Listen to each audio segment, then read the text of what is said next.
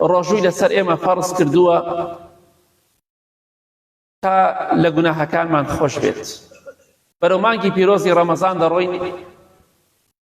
خۆشەویستی خوا صلی الله علیه وسلم بە سەحابەکانی دەفەرموو مانگی پیرۆزی ڕەمەزان هات،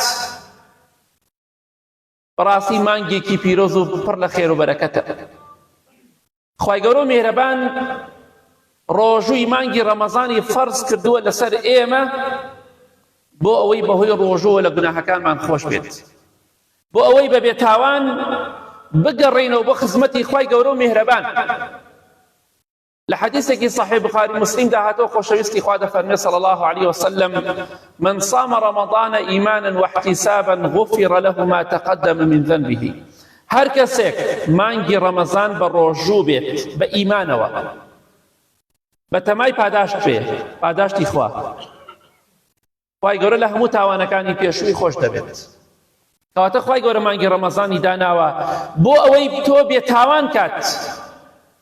لە حەدیثێکی صحیح جامع صغیر هاتەوە خۆشەویستی خوا دەیفەرموو صلی الله عليه وسلم یاخوا لوتی بە قوڕا بچێ، لوتی بشکێ، زەلیل بێ، داماو بێ. کێ لوتی بە قوڕا بچێ؟ کێ زەلیل و سەرشۆڕ و داماو بێ؟ ئەو کەسەی مانگی ڕەمەزانی بەسەرا دێت، مانگی ڕەمەزانیش تەواو ئەبێ بەڵام بە ڕۆژوو نەبووە بەبێ عوزر. مانگی ڕەمەزان تێپەڕی خوا لێی خۆش نەبووە، کەواتە مانگی ڕەمەزان بەسەر هەر ڕۆژوانێکە تێپەڕێ ئەبێتە کەفارەتی گوناهەکانی خوا لێی خۆشە بێ. یاخوا لوتی بە قوڕا بچێ، تیا بچێ، لەناو بچێ. ئەو کەسەی مانگی ڕەمەزان بەبێ عوزر ناگرێ و تێشاپەڕێت. ئەو کەسانەی عوزریان هەیە ئینشەڵڵا خوای گەورە دەوڵەمەندە کەوکو ئەو خەڵکە ڕۆژۆکەیان بۆ بنووسێ. ئەو کەسانیشی عوزریان نییە پێغەمبەری خوا صلی الله عليه وسلم دوعایان لێ دەکات چونکە مانگی ڕەمەزان نەبووە کەفارەتی گوناهەکان. خوای گەورە مێرەبان ڕۆژووی مانگی ڕەمەزانی فەرز کردووە لەسەر ئێمە تا بەهۆی ڕۆژۆمان خاتە بەهەشتەوە. خۆشەویستی خوا فەرمێ صلی الله عليه وسلم لە حەدیثێکی صحیح بوخاری مسلمدا لە بەهەشتا دەرگایەکەیە لە هەشت دەرگاکە ناوی ڕەیانە. لە ڕۆژی قیامەتە تەنها ئەو کەسانە لەو دەرگایەوە دەچنە ژوورەوە کە لە دنیادا بە ڕۆژوو بوونە. خۆشەویستی خوا فەرمێ صلی الله عليه وسلم هەر کەسێک بە ڕۆژوو نەبوو بێ لەو دەرگایەوە ناچێتە ژوورەوە. کاتێکیش کە چوونە ژوورەوانەی کە بە ڕۆژوو بوونە دەرگاکە دائەخرێت. ئەو کەسەی کە بە ڕۆژوو نەبووە شمولی ئەو دەرگایە ناکات. کەواتە ئەگەر تۆ مانگی ڕەمەزانت بەبێ عوزر نەگرت، تۆ دەرگایەک لە دەرگاکانی بەهەشت لەسەر خۆ داخست. ئەگەر ئەو مانگەیشت گرت بە پشتیوانی خوا دەرگایەک لە دەرگاکانی بەهەشت بۆ خۆت مسۆگەر کرد. جا کامیان هەڵدەبژێری؟ پێت خۆشە دەرگای بەهەشتت لەسەردا بخرێ و نەهێڵم بڕۆیتە ژوورەوە، یا دەرگاکانی بەهەشتش بۆ بکرێتەوە بڕۆیتە ژوورەوە. کەواتە ئینشاءڵڵا خوای گەورە و میهرەبان ئەم ڕۆژوەی داناوە تا بەهۆی ڕۆژۆمان خاتە بەهەشتەوە. ئەو بەهەشتەی کە هەموو خۆشیێکی تایە، هەموو ناخۆشیێکی تێدا نییە. ئەوەی ناخۆشی بێ لە بەهەشتا نییە، ئەوەی خۆشی و شادی بێ لە بەهەشتا هەیە. کەواتە بۆ خۆت دڵخۆش بە کاتێککە بە ڕۆژوو دەبیت. مانگی ڕەمەزان مانگی ڕەمیکردن و ئیعدامکردنی تۆ نییە، مانگی بەدبەختی تۆ نییە، مانگی بەختەوەری تۆیە ئەگەر ئیمانەکەت بەهێز بێ، چونکە خوای گەورە دەتخاتە بەهەشتەوە. لە ڕۆژی قیامەتە مەلائیکە پێشوازی لێ دەکەن فەرموو بۆ بەهەشت، فەرموو لە دەرگای ڕەیانە بڕۆ بەهەشتەوە، چونکە لە دنیادا تۆ لەبەر خاتری خوا خۆت تین و کرد، خۆت برسی کرد. یان زەمانگ بۆ دنیا و بۆ سک و بۆ نەفس، مانگێکیش بۆ خوا دابنێ، دڵخۆش بە.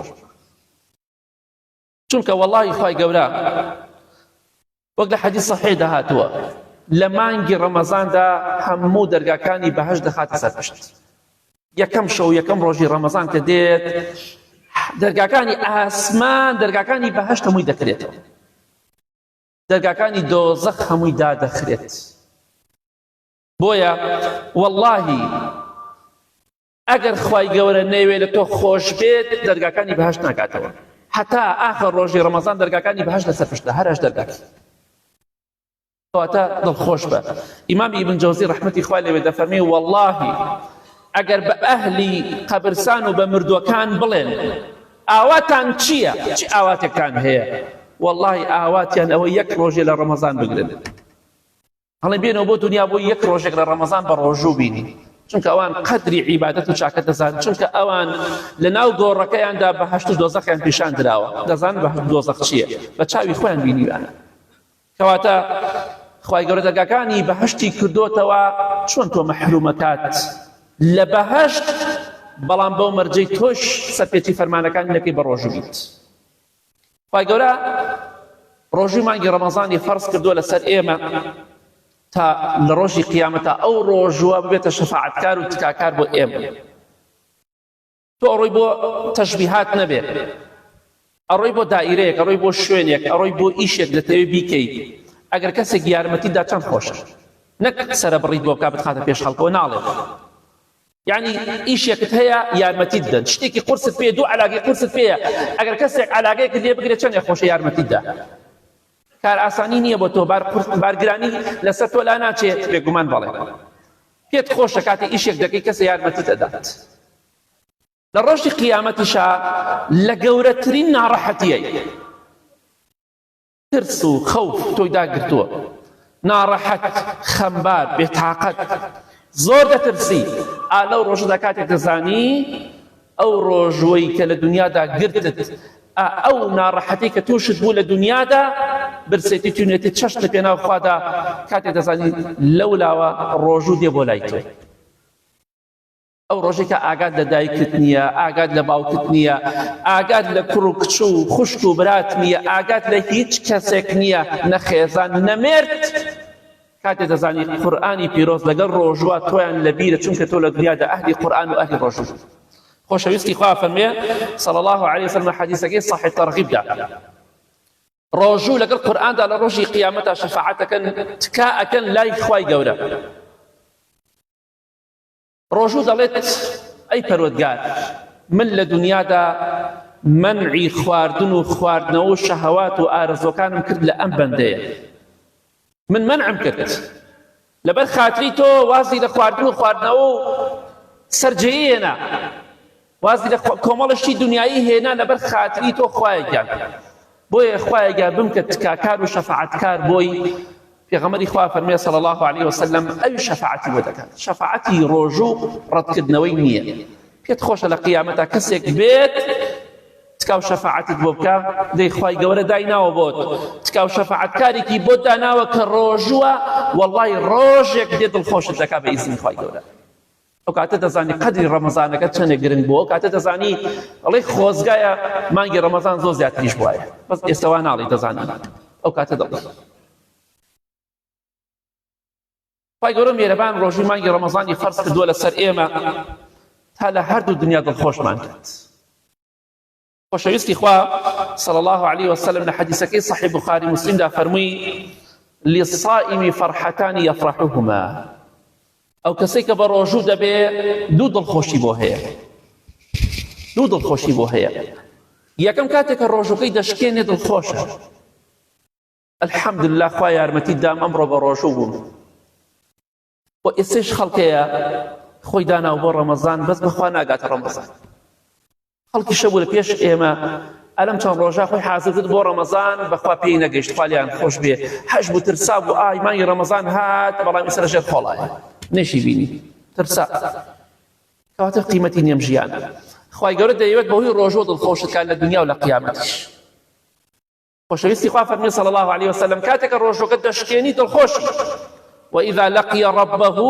فرح بصومه كاتكش دقيت خزمتي خواي قالوا للروشي قيامته ذل خوش دبي بالروج وكت أو روجو ذل خوش الدكا والله ذل خوش الدكا بجورك هزار هاجر الحمد صناي خوادك كمان جي رمضان دا ناوبت بوي خم خو قيمتي نية روجك والله باداشتي أو برسيتيت ورقري والله پاداشتی تونیتەکەت وەرەگری والله پاداشتی ماندووبوونەکەت وەرەگری زۆر بە زیاتر چێ پاداشتی تۆ داتەوە خوایە کە غەنی و دەوڵەمەند و سەخیە پاداشتی تۆ داتەوە لە هەموو کەسێ بەڕەحەمترە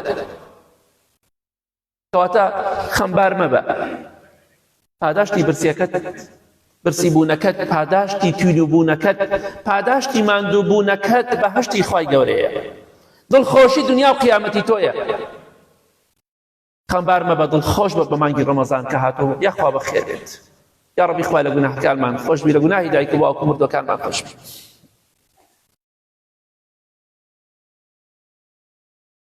الحمد لله والصلاة والسلام على رسول الله وعلى آله وصحبه ومن والاه.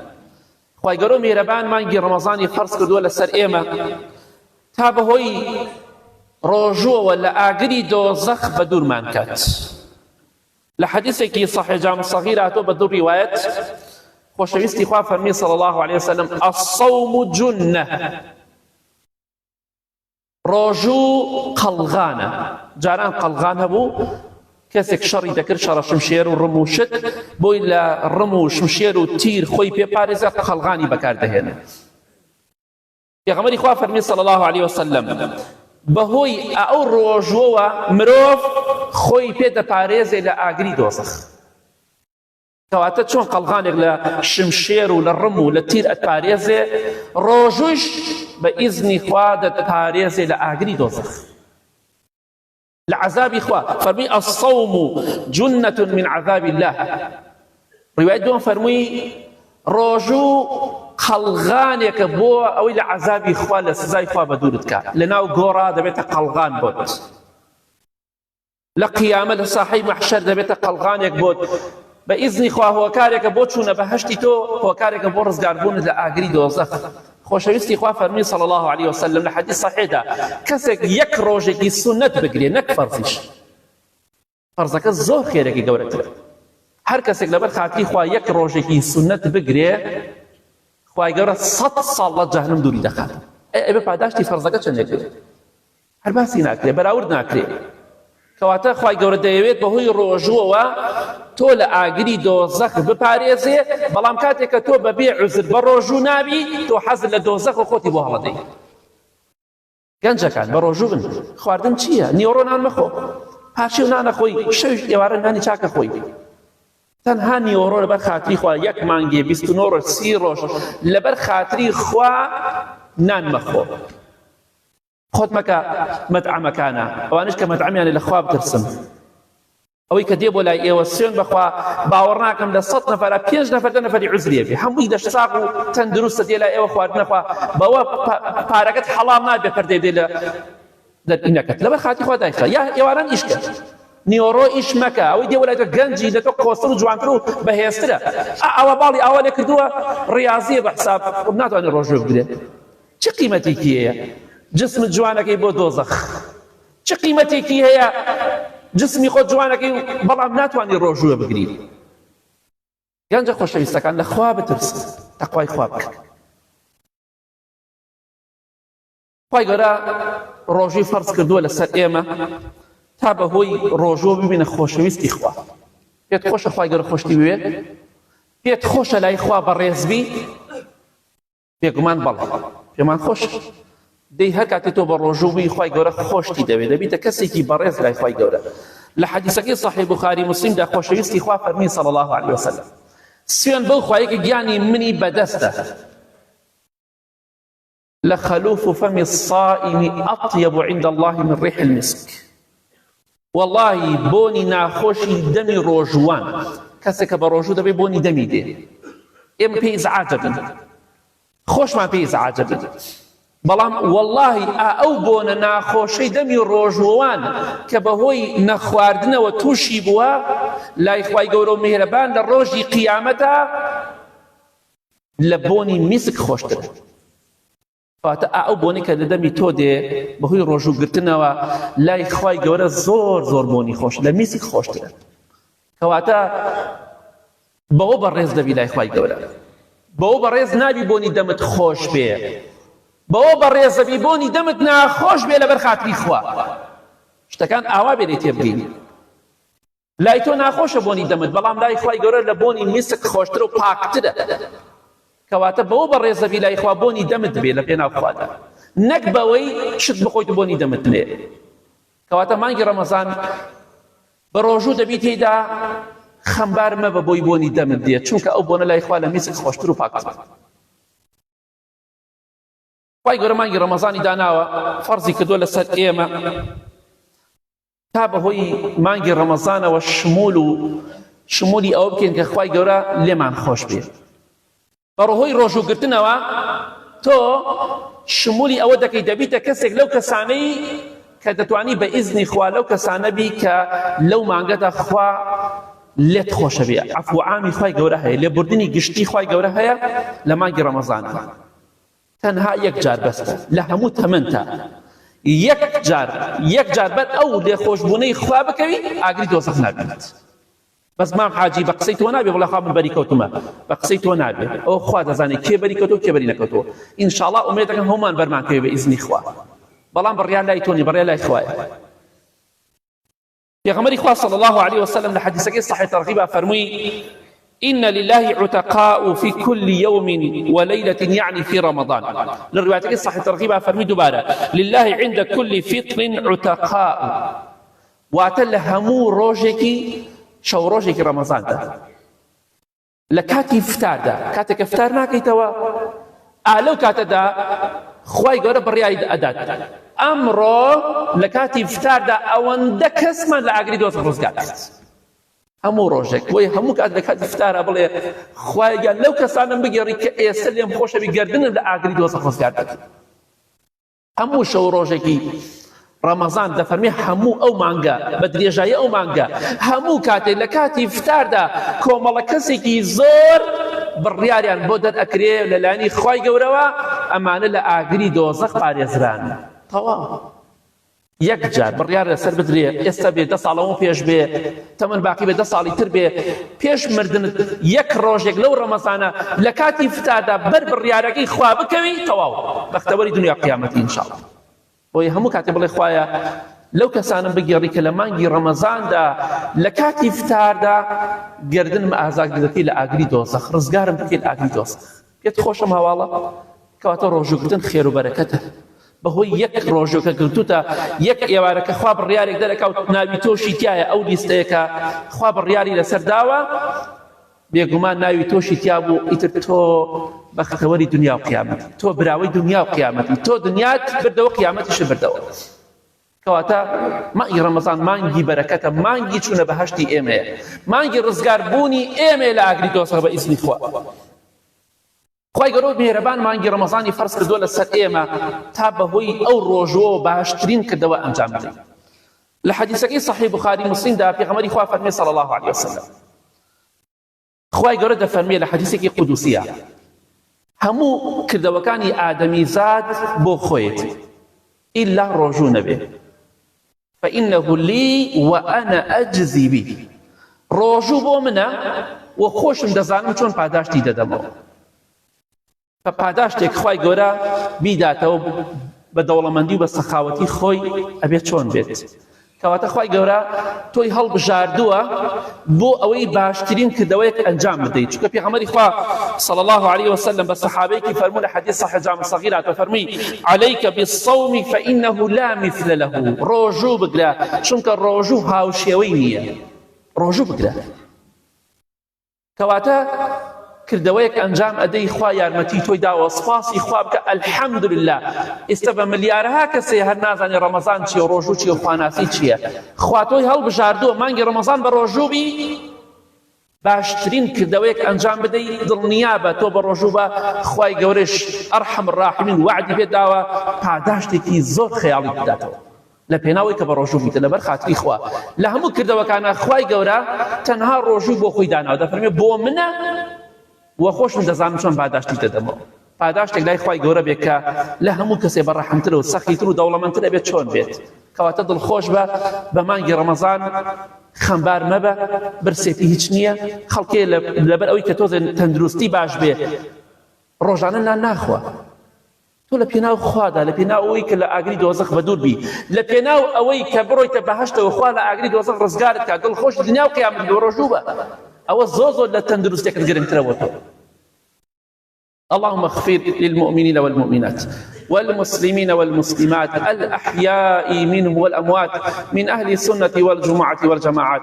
يا ربي خوايا الشفاء نخوشكان من بدي بتايبتي أواني داوي دعاء خيران كدي يا ربي خوايا الشفاء بدي يا ربي خوايا نخوشي ونارحتيان لسلا بري يا ربي خوايا هي مني وآرامي والله من بفارزي مانجي رمضان بكيت مانجي خير وبركة وإيما ضل خوش مانكي بختور مانكي يارمتي من بدي أما قبل تواوي بقرين يا ربي خوايا مانجي رمضان بكيت مانجي كفارتي قناها كانوا لي خوشبوني إيما يا ربي خوايا يارمتي درمان بي أواني نخوش الشفاء بدي أواني قرزاريان بودا بكي أواني نخوشي نارحتيان لسلا يا ربي خوايا لسلا نابري. آمين آمين آمين. وصلى الله على محمد وآله وصحبه أجمعين.